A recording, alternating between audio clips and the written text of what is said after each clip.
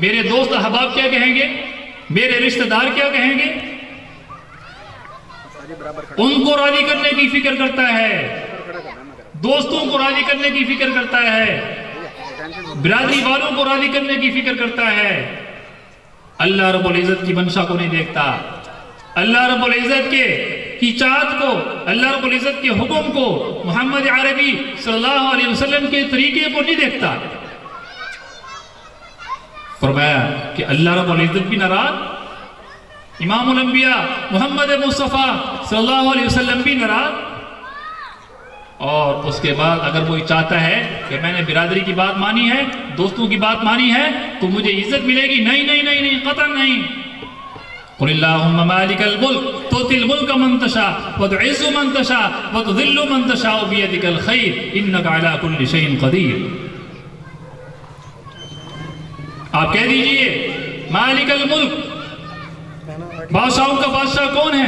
اللہ ہے، تمام بادشاہوں کا بادشاہ اللہ ہے، اللہ رازق ہے، اللہ خالق ہے، اللہ مالک ہے۔ تو عزت اور ذلت کا مالک کون ہے؟ عزت دینے والا کون ہے؟ اللہ۔ اسی لیے کہتے ہیں نا، ساری کائنات کے لوگ مل کر کسی کو عزت دینا چاہیں، لیکن اللہ رب العزت اس کو عزت نہ دینا چاہے، اس کو ذلیل کرنا چاہے تو اس کو عزت نہیں دے سکتے جب تک کہ اللہ عزت نہ دے۔ اور ساری کائنات کے لوگ اگر کسی کو ذلیل کرنا، جس کو اللہ رب العزت عزت دینا چاہے، ساری کائنات کے لوگ مل کر اس کو ذلیل نہیں کر سکتے۔ کیوں؟ مسلمان کا عقیدہ ہے عزت اور ذلت کا مالک اللہ ہے۔ ہاں، عزت اور ذلت کا مالک اللہ ہے۔ ہم اللہ کے احکامات پر عمل کریں گے، اللہ پاک ہمیں عزتوں سے نوازیں گے۔ محمد عربی صلی اللہ علیہ وسلم کے احکامات پر عمل کریں گے تو اللہ رب العزت بھی خوش ہوں گے، اور دنیا کے اندر بھی کامیابی ہوگی، آخرت میں بھی کامیابی ہوگی۔ اس آیت مبارکہ کے اندر جو میں نے تلاوت کی ہے، اس میں فرمایا کہ مسلمانوں میں سے، ایمان والوں میں سے اگر کوئی آدمی بے حیائی کو پسند کرتا ہے تو ان کے لیے دردناک عذاب ہے، دنیا میں بھی آخرت میں بھی، دنیا میں بھی آخرت میں بھی۔ بے شمار واقعات ہیں، بے شمار واقعات ہیں۔ ساری زندگی ناچ گانے کرنے والے، ساری زندگی بے حیائی کے کام کرنے والے، ان کی جب موت آتی ہے نا، ان کی موت ذلت امیز موت، عبرتناک موت آتی ہے، ان کے جنازے میں بندے نظر نہیں آتے۔ تو اس لیے فرمایا کہ جو آدمی بے حیائی کو پسند کرتے ہیں، غمی شادی کے موقع پر، خوشی کے موقع پر اللہ کو بھول جاتے ہیں، اللہ کے احکامات کو بھول جاتے ہیں، فرمایا کہ ایسے آدمی کے لیے دنیا اور آخرت میں عذاب ہے، دنیا اور آخرت میں عذاب ہے۔ فرمایا کہ ان الذين يحبون ان تشيع الفاحشة، عزتوں کا مالک اللہ ہے، ذلتوں کا مالک اللہ ہے، روزی رزق کا مالک اللہ ہے۔ اللہ رب العزت کے پاس جو خزانے ہیں نا، لا محدود خزانے، بے شمار خزانے ہیں، لا محدود خزانے ہیں۔ اللہ رب العزت نے محمد عربی صلی اللہ علیہ وسلم کو اس امت کے لیے اسوہ حسنہ بنا کر بھیجا ہے۔ لقد کان لکم فی رسول اللہ اسوۃ حسنہ۔ اسوہ حسنہ کسے کہتے ہیں؟ اسوہ حسنہ بہترین نمونہ، بہترین آئیڈیل، جس کو دیکھ کر اپنی زندگی کو سنوارا جائے، جس کو دیکھ کر اپنی زندگی سنوارا جائے، اپنی زندگی کے تمام تر معاملات کو ڈھالا جائے۔ اور اللہ نے کیا فرمایا؟ لقد کان لکم فی رسول اللہ اسوۃ حسنہ۔ پکی بات ہے، یقینی بات ہے کہ محمد عربی صلی اللہ علیہ وسلم کی ذات، ان کی شخصیت عام نہیں ہے، امام الانبیاء ہیں، امام الانبیاء، اماموں کے، انبیاء کے امام ہمارے ہیں کہ محمد عربی صلی اللہ علیہ وسلم کی ذات میں، ان کی صفات میں، ان کے اقوال میں، ان کے اعمال میں تمہارے لیے بہترین نمونہ ہے، بہترین آئیڈیل ہے۔ ان کو اپناؤ، ان کی سیرت کو اپناؤ۔ اور حضور کیا فرما رہے؟ انما بعثت معلما، میں معلم بنا کر بھیجا گیا ہوں، میں معلم بنا کر بھیجا گیا ہوں۔ خوشی کے طریقے بھی حضور نے بتائے ہیں، غمی کے طریقے بھی حضور نے بتائے ہیں، کھانے کا طریقہ، پینے کا طریقہ، پہننے کا طریقہ، سونے کا طریقہ۔ قربان جائیے، حضرت عیسیٰ علیہ السلام کو ماننے والے لوگ اس دنیا میں زیادہ ہیں، کثیر تعداد میں، مسلمانوں سے زیادہ ہیں۔ ان کا دعویٰ کیا ہے؟ وہ حضرت عیسیٰ علیہ السلام کو ماننے والے ہیں، لیکن مسلمانوں سے عیسائیوں کی تعداد زیادہ ہونے کے باوجود ان کے پاس حضرت عیسیٰ علیہ السلام کی سیرت محفوظ نہیں۔ حضرت عیسیٰ علیہ السلام کا کھانا کیسے تھا، پینا کیسے تھا، پہننا کیسے تھا، اٹھتے بیٹھتے کیسے تھے، چلتے پھرتے کیسے تھے، صبح و شام کیسے تھی، غمی خوشی کیسے تھی، دن اور رات کیسے تھے، کچھ بھی محفوظ نہیں۔ قربان جائیے محمد عربی صلی اللہ علیہ وسلم کی سیرت پر، حضور کے کردار پر، حضور کے اقوال پر، حضور کی دعاؤں کا صدقہ ہے، حضور کی جوتی مبارک کا صدقہ ہے کہ اللہ رب العزت نے اس امت کو جو اسلام عطا فرمایا، جو دین عطا فرمایا، تمام دینوں سے افضل دین عطا فرمایا۔ شادی کا طریقہ بتایا، نکاح کا طریقہ بتایا، غمی کا طریقہ بتایا، ہر ایک چیز محفوظ ہے۔ حضرت عیسیٰ علیہ السلام کی چیز محفوظ نہیں، ان کا دین محفوظ نہیں۔ چلنا ہی محمد عربی صلی اللہ علیہ وسلم کا سکہ تھا، محمد مصطفیٰ صلی اللہ علیہ وسلم کا سکہ چلنا تھا، اس لیے حضور کی ہر ایک ادا محفوظ ہے۔ حضور کھاتے کیسے تھے محفوظ ہے، پیتے کیسے تھے محفوظ ہے، حضور کا اٹھنا بیٹھنا کیسے تھا محفوظ ہے، چلنا پھرنا کیسے تھا محفوظ ہے، غمی اور خوشی کیسے تھی محفوظ ہے، حضور کی شادیاں کیسے تھی، حضور کے نکاح کیسے تھے، حضور کی رشتہ داریاں کیسی تھیں، حضور کا کردار کیا تھا، حضور کے اعمال کیسے تھے، حضور کی صبح و شام کیسے تھی، حضور کی تجارت کیسی تھی، حضور کی جو ہے تمام تر انسانیت کی زندگی میں جو کام آتے ہیں ہر ایک ادا حضور کی محفوظ ہے، اور حضور کی جو حیات طیبہ ہے، حضور کی جو زندگی مبارک ہے، اس میں انسانیت کے تمام شعبوں کے اندر حضور کی ذات سے ہمیں رہنمائی ملتی ہے، بہترین رہنمائی ملتی ہے۔ حضور بہترین رہنما ہیں۔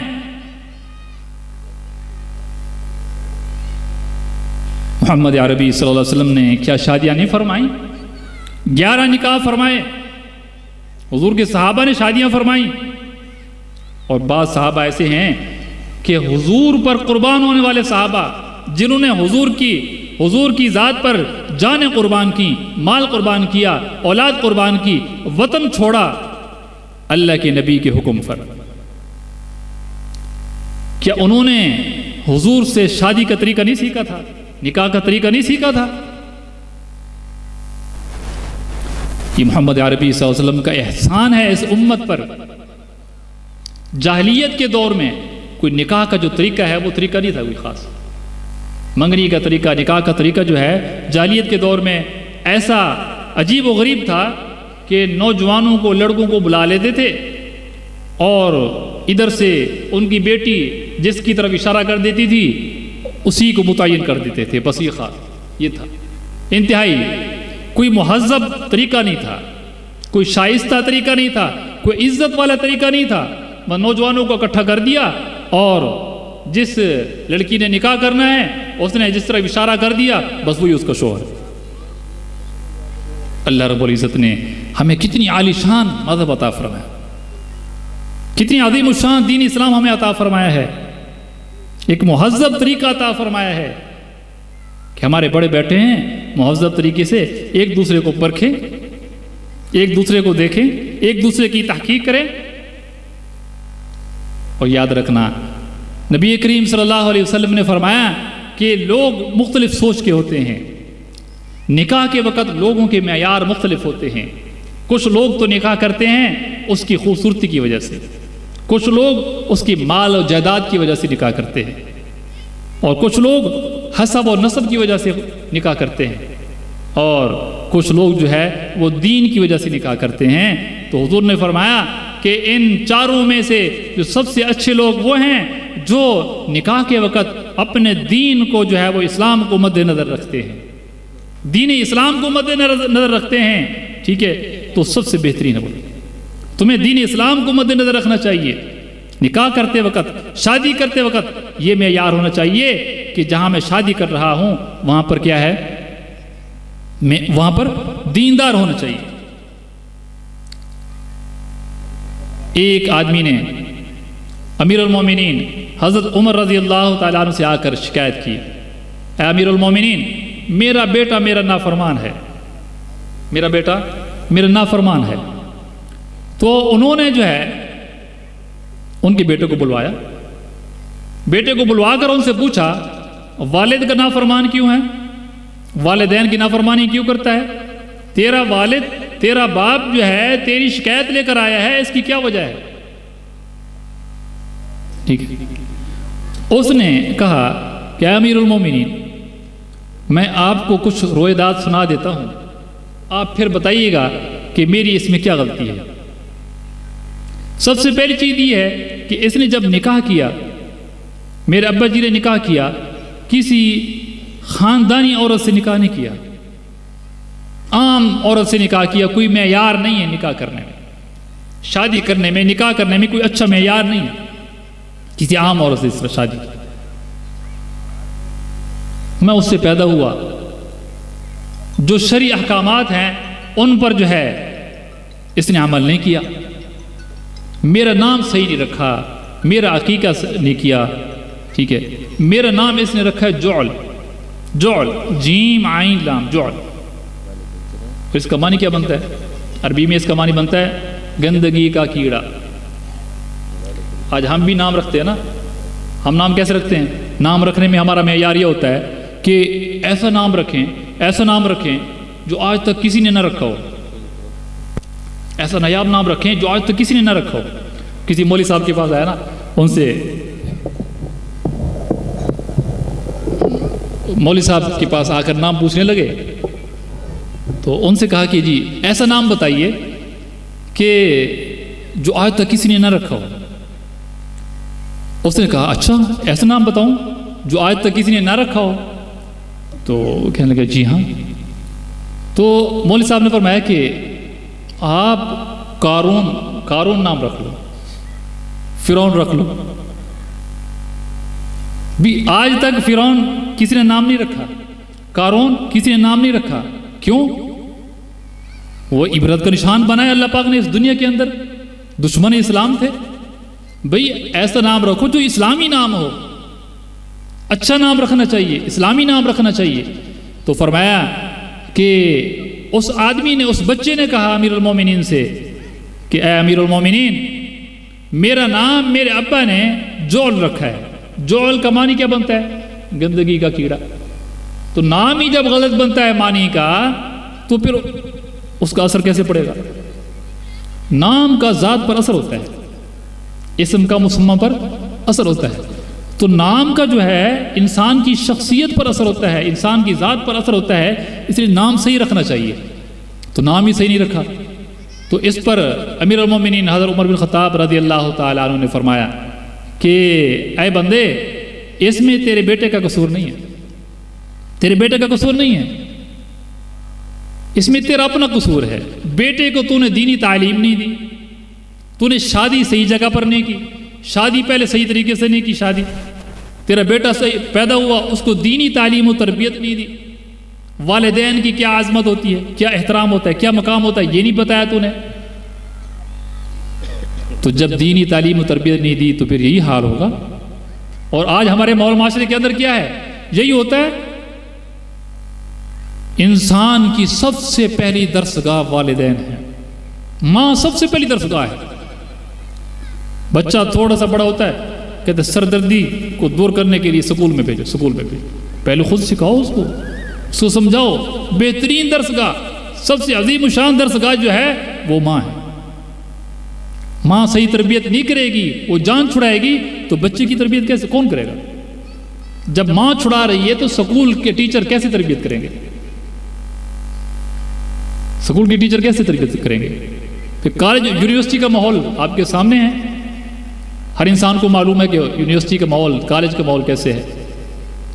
تو اس لیے میرے بھائی، اللہ رب العزت کا حکم ہے، شادی ہو چاہے غمی ہو، بے حیائی نہیں کرنی، شادی ہو چاہے غمی ہو، کوئی بھی فنکشن ہو، کوئی بھی موقع ہو، ہر موقع پر نبی کریم صلی اللہ علیہ وسلم نے بتا دیا کہ اس طریقے سے کرنا ہے۔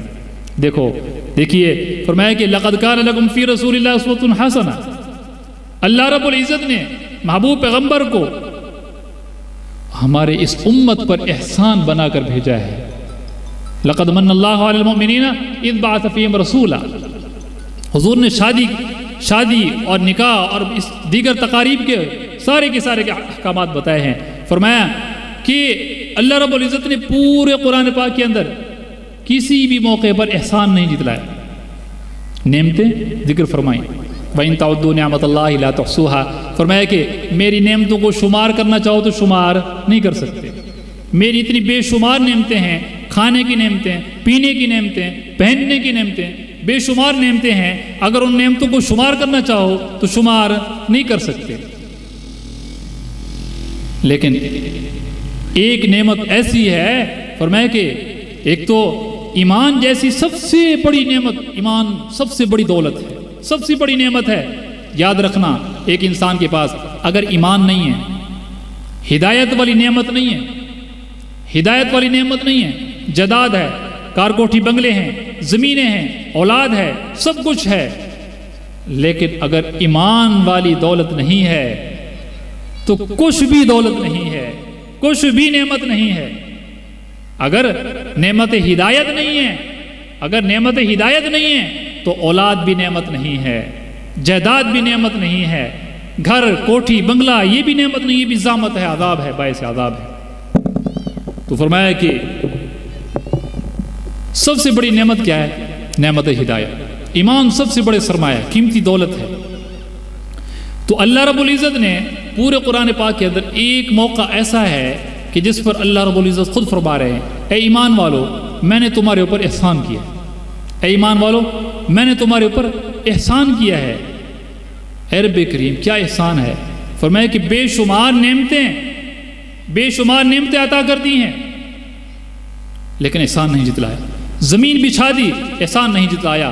پہاڑوں کو گاڑ دیا، احسان نہیں جتلایا۔ سمندروں کو بہا دیا، احسان نہیں جتلایا۔ آسمان خوبصورت بنا دیا، احسان نہیں جتلایا۔ سمندر ستاروں کو سیاروں کو سجا دیا، احسان نہیں جتلایا۔ چاند و سورج کا نظام بنایا، احسان نہیں جتلایا۔ انسان کو جو ہے والدین جیسی عظیم الشان نعمتیں عطا فرمائیں، احسان نہیں جتلایا۔ خوبصورت آنکھیں بنائیں، احسان نہیں جتلایا۔ سماعت کے لیے کان دیے، احسان نہیں جتلایا۔ بولنے کے لیے زبان عطا فرمائی، احسان نہیں جتلایا۔ چلنے کے لیے قدم عطا فرمائے، احسان نہیں جتلایا۔ پکڑنے کے لیے، کام کرنے کے لیے ہاتھ دیے، لیکن احسان نہیں جتلایا۔ بے شمار نعمتیں عطا فرمائیں، لیکن احسان نہیں جتلایا۔ ایک موقع ایسا ہے کہ جس پر رب کریم یہ فرما رہے ہیں، اے ایمان والو میں نے تمہارے اوپر احسان کیا ہے، اے ایمان والو میں نے تمہارے اوپر احسان کیا ہے۔ ابا وہ کون سا احسان ہے؟ فرمایا لقد من اللہ علی المؤمنین اذ بعث فیہم رسولا، لقد من اللہ علی المؤمنین اذ بعث فیہم رسولا۔ اے ایمان والو پکی بات ہے، میں نے تمہارے اوپر احسان یہ کیا ہے کہ اپنا محبوب پیغمبر امام الانبیاء خاتم النبیین خاتم المرسلین نبی میں نے تمہارے اندر بھیج کر سب سے بڑا احسان کیا۔ اور یہ احسان کیوں نہ ہوتا کہ حضور نبی کریم صلی اللہ علیہ وسلم نے زندگی کے ہر شعبے پر روشنی ڈالی ہے، باعزت طریقے بتائے ہیں، عزت کے طریقے بتائے ہیں، ذلت کے طریقوں سے بچایا ہے۔ اللہ رب العزت نے خود فرمایا وَهَدَيْنَاهُ النَّجْدَيْنِ، ہم نے انسان کو دو راستے دیے ہیں، دو راستے، ایک ہدایت کا راستہ، ایک گمراہی کا راستہ، ایک جنت کا راستہ ہے، ایک دوزخ کا راستہ ہے، ایک حق کا راستہ ہے، ایک جھوٹ کا راستہ ہے، ایک باطل کا ایک جو ہے وہ باطل کا راستہ ہے، ایک جو ہے وہ حق کا راستہ ہے۔ اور میں کہ دو راستے دیے ہیں، ایک جنت کا راستہ ہے، ایک جہنم کا راستہ ہے۔ وَهَدَيْنَاهُ النَّجْدَيْنِ، انسان کو ہم نے چلایا ہے، اس کے سامنے دو ٹیلے کر دیے ہیں، دو ٹیلے وعدے ہیں، ایک حق کا ٹیلا ہے اور ایک باطل کا ٹیلا۔ فرمایا کہ انسان کو اختیار دیا ہے، اگر وہ حق والے راستے پر چلے گا تو جنت پائے گا، اگر باطل والے راستے پر چلے گا تو وہ جہنم پائے گا۔ یہ معیار ہے نبی کریم صلی اللہ علیہ وسلم کا جو ہے اللہ رب العزت کی طرف سے۔ فرمایا کہ جو جنتی بننا چاہتا ہے محمد عربی صلی اللہ علیہ وسلم کے سیرت کو اپنائے، حضور کے طریقوں کو اپنائے، شادی کا طریقہ ہو، غمی کا طریقہ ہو، حضور نے بتایا۔ حضرت فاطمہ رضی اللہ تعالیٰ عنہ کا نکاح کس طرح ہوا، حضرت مفتی صاحب آپ کو بتائیں گے، ٹھیک ہے۔ ان کے اسوہ حسنہ، ان کی سیرت، ان کے طریقے سب کے سب محفوظ ہیں۔ حضرت علی رضی اللہ تعالیٰ عنہ کا نکاح جب ہونے لگا تو فرمایا کہ ان کے پاس کچھ نہیں تھا، ان کے پاس کچھ نہیں تھا. تو حضور پاک علیہ الصلوۃ والسلام نے فرمایا اے علی تیرے پاس کچھ چیز ہے حق مار کے لیے، حق مار دینے کے لیے کوئی چیز ہے آپ کے پاس؟ تو حضرت علی عرض کرنے لگے اے اللہ کے نبی میرے پاس تو کچھ نہیں ہے، حق مار دینے کے لیے کچھ نہیں ہے.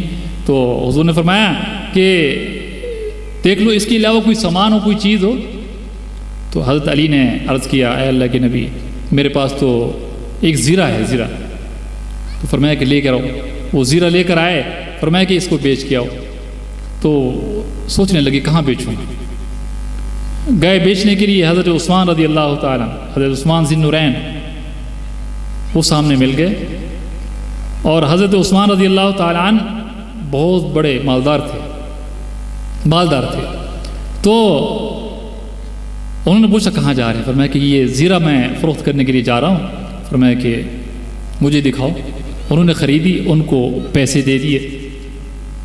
اور جب وہ جانے لگے، روایت میں آتے جانے لگے، تو فرمایا کہ بلا لیا کہ یہ جو زیرہ ہے نا یہ آپ کے لیے ہدیہ ہے. ان کو پہلے خرید لی، پھر کیا فرمایا کہ زیرہ آپ کے لیے ہدیہ ہے، قربان جائیے. آپس میں کتنا اثار ہے ایک دوسرے کے لیے.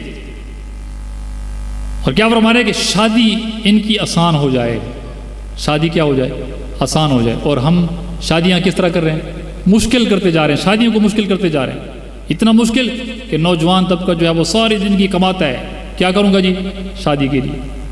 گھر بنانا ہے جی، کما رہا گھر بنانے کے لیے.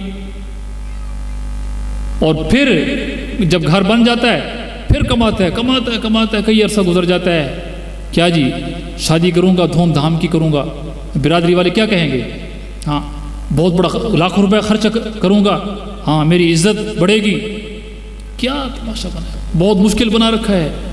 اور پھر جہیز کی جو لعنت ہے یہ اور زیادہ مشکل ہے. پھر سونا آپ کے سامنے کتنی مہنگا ہو چکا ہے، سونا کتنی مشکل ہو گئی ہے. تو شادی میں جو شین ہے نا، شین کی 3 نقطے اڑا دو تو کیا بن جائے گی؟ شادی. تو شادی بنائیں. پائیدار شادی وہ ہے جس میں سادگی ہو.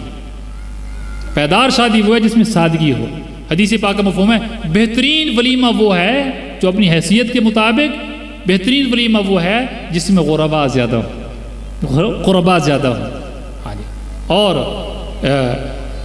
مذہبی لوگ زیادہ ہوں، غرباء زیادہ ہوں، علماء ہوں اس میں. حدیث پاک کا مفہوم ہے. تو میرے بھائی ہمیں اپنی شادیاں آسان کرنی چاہیے، ہمیں اپنی شادیوں کو آسان کرنا چاہیے. تو حضور نبی کریم صلی اللہ علیہ وسلم کی جو ذات طیبہ ہے، بہترین نمونہ ہے، بہترین آئیڈیا ہے، اسوہ حسنہ ہے. صحابہ کرام کی شادیاں، حضور کی